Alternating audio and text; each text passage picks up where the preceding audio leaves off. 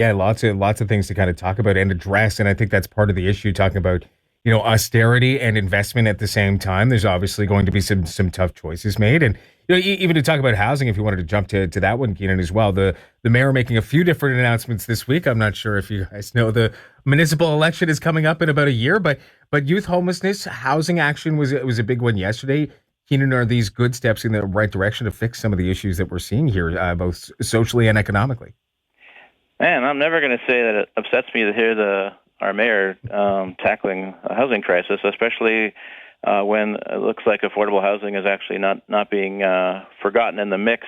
I just hope, and I don't see why he wouldn't, but I just hope Mayor Sutcliffe really works with the really excellent, nonprofit housing providers that we already have in Ottawa. We have some of the best, and for a long time now, they've been really frustrated with people saying, we don't know how to deal with this. And they're saying, well, we know how to deal with it. We just are too small. We need more capacity, and we can do what we do so well and do it on a bigger level. So I know most of them really well. They do great work, and Ottawa actually is, I think, one of the best in the country. We just haven't expanded their capacity for a very long time. So I think it's good to have the statements out there, and ambitious is better than not trying. So I'll say I'm actually hopeful. Yeah, optimism is good. And the Alliance to End Homelessness was on with this earlier this hour. They're hopeful about that as well, but also talking about, yes, just the need for affordable housing, market rate housing, yes, but affordable housing in general. That will still continue here. Graham, obviously these are important issues. Nobody's going to push back on ending youth homelessness or addressing some of the housing issues here. It does appear though that provinces, municipalities, federal government, everybody's trying to make it look like they're doing something on housing. They have to, right? Like if you're, let's just say, you've come out of university as a 20-something, and you're a professional. Like you've done all the right things. Maybe your debt level is even quite low. You're starting out in a space that I certainly didn't start out in, where a huge chunk of your income, and that's the sort of the professional class, and then it's the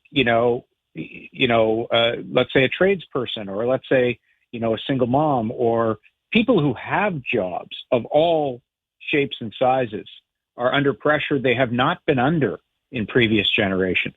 So there's a reason all those governments are scrambling to do something about it. I think the Prime Minister said the main goal of this government, housing-wise, is to bring costs down and make it more affordable.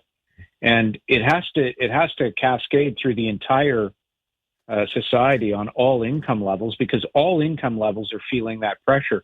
And there's this feeling of a broken contract, that it wasn't supposed to be that way. And that's very, very dangerous political territory for anybody who's in power, regardless of their party. That if there is this notion that people for heading into the working world were sold a bill of goods that has not been delivered, that's very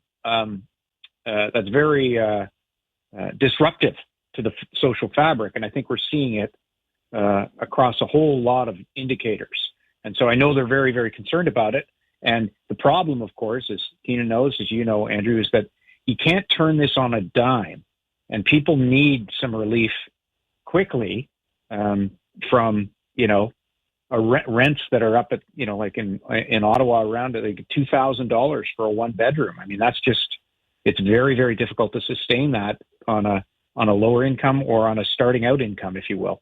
And I know all levels of governments are hearing about it too, just in terms of constituencies and poll numbers and things like that. So it definitely helps, I guess, facilitate a quick movement on something like that. But we'll leave it there for this morning. Keenan Wellar and Graham Richardson, thank you so much for your time. I hope you guys have a great weekend. Same to you, Andrew. Thanks, Go Red Blacks. Keenan Wellar, co-leader and director of communications at Live Work Play. Graham Richardson is with Edelman Global Advisory, former news anchor here at CTV News Ottawa.